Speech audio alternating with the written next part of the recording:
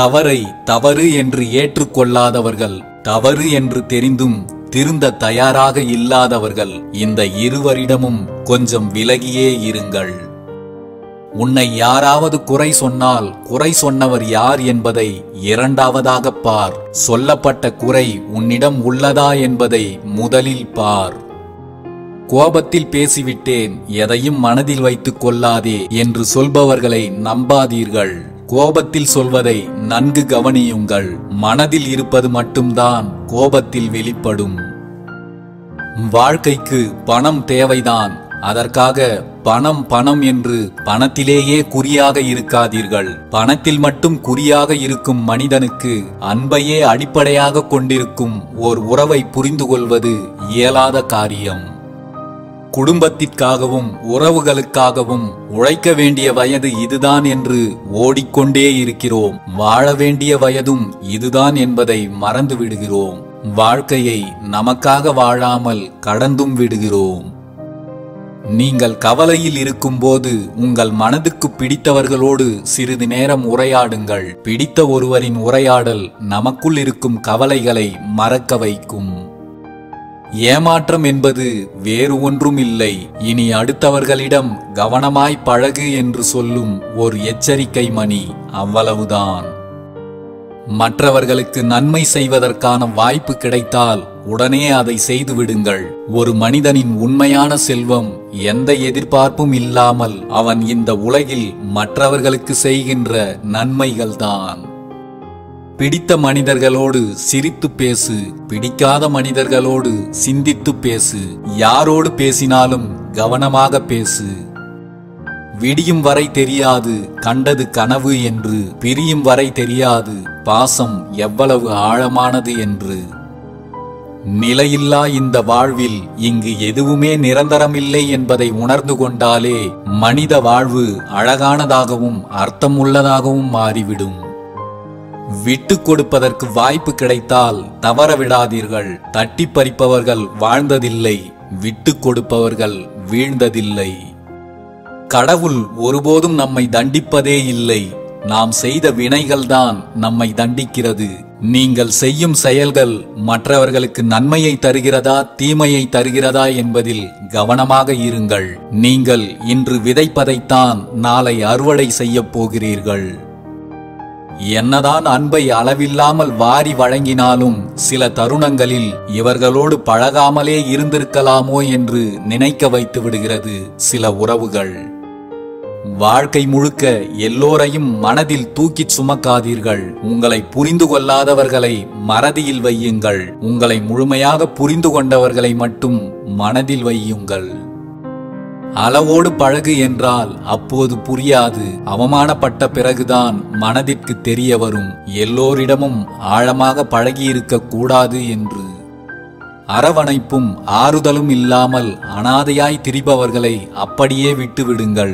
நான் இருக்கிறேன் என்று கூறி அரவணைத்து பின்னர் பாதியிலேயே தூக்கி எறிவதற்கு அவர்கள் அனாதையாய் இருப்பதே அவர்களுக்கு நல்லது.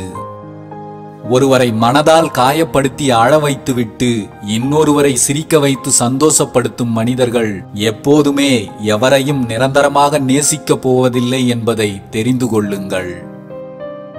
அவரவர் நிலையில் நின்று பார்த்தால்தான் தெரியும் அவரவர்களின் வலியும் வேதனையும்.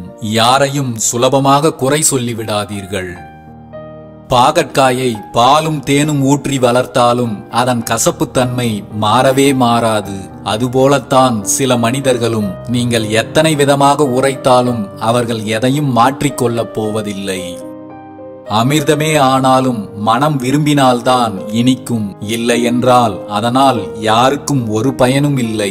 சில மனிதர்களுக்கு நீங்களே போய் செய்யும் உதவிகளும் அப்படித்தான். அவர்களின் மனம் அதை விரும்பாவிட்டால் நீங்கள் என்ன செய்தாலும் அதனால் ஒரு பயனும் இல்லை.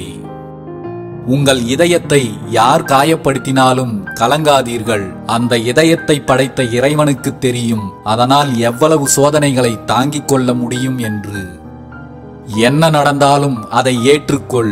இன்பம் துன்பம் எது வந்தாலும் எதற்காகவும் இழக்கவே கூடாத உன் மன அமைதியை மட்டும் இழந்து விடாதே. உன்னை யார் எந்த தூரத்தில் வைக்கிறார்களோ அந்த தூரத்திலேயே வாழ கற்றுக்கொள். அதனால் உனக்கு ஒரு நஷ்டமும் இல்லை. சில உறவுகளை கொஞ்சம் அனுசரித்து வாழுங்கள். வாழ்க்கை என்பது அனைவரையும் வெறுத்து ஒதுக்கிவிட்டு தனிமையில் வாழ்வதல்ல, மற்றவர்கள் மனதில் இனிமையாய் வாழ்வது. ஒளியை கண்டால் மட்டும் ஓடி வந்து ஒட்டிக்கொள்ளும் நிழல் இருளிலும் உன்னோடு இருக்கும் நிஜம். சில உறவுகளும் அப்படித்தான். அவர்கள் பொழிகின்ற பாசம் நிழலா நிஜமா என்பதை நீங்கள்தான் உணர்ந்து கொள்ள வேண்டும். மனிதனின் மனம் மிகவும் விசித்திரமானது. புதையலே கிடைத்தாலும் அதை நினைத்து நிறைவடையாமல் தவறவிட்ட சில்லறை காசுக்காக ஏங்கி தவிக்கும். எவ்வளவு அன்போடு வாரி அணைத்துக் கொண்டாலும் கத்திக்கு வெட்ட மட்டும்தான் தெரியும். சில உறவுகளும் கத்தியை போன்றவர்கள்தான். நாம் எவ்வளவு அன்பாக இருந்தாலும் நம்மை காயப்படுத்திக் கொண்டே இருப்பார்கள். நேர்மை என்பது ஒரு அரிய வகை சொத்து. அதை சில கீழ்த்தரமான மனிதர்களிடம் எதிர்பார்த்து ஏமாந்து போகாதீர்கள்.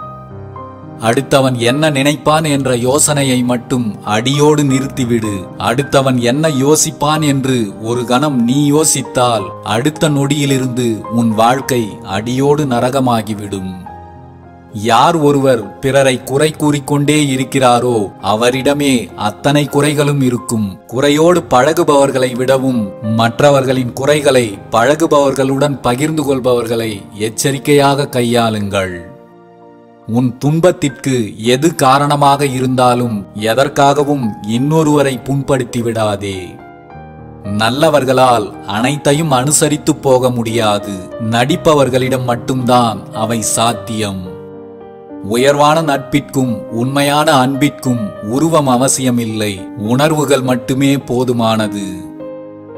நம் கோபத்தை தூண்டி நம்மை பேச வைத்து நம்மையே குற்றவாளியாக்கும் நம் பிரியமானவர்களுக்கு நாம் மௌனத்தை பரிசளிப்பதே மிகவும் சிறந்தது.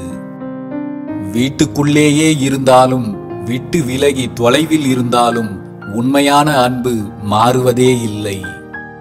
உண்மையான உறவுகளின் அன்பு கிடைக்கும் போதே பெற்றுக்கொள்ள தவறிவிட்டால் நீ தேடும்போது அது கிடைக்கவே கிடைக்காது. இந்த உலகிலேயே மிகச் சிறந்த ஜோடி சிரிப்பும் கண்ணீரும் தான். இரண்டும் ஒன்றை ஒன்று சந்தித்துக் கொள்வதில்லை. அப்படி இரண்டும் சந்தித்துக் கொண்டால் அதைவிட அழகான தருணம் வாழ்வில் வேறு எதுவும் இல்லை. யாருக்காகவும் எதற்காகவும் உங்களுக்கு பொருத்தமில்லாத இடத்தில் உங்களை புகுத்திக் கொள்ள முயற்சி செய்யாதீர்கள். அது என்றுமே உங்களுக்கு அழகல்ல.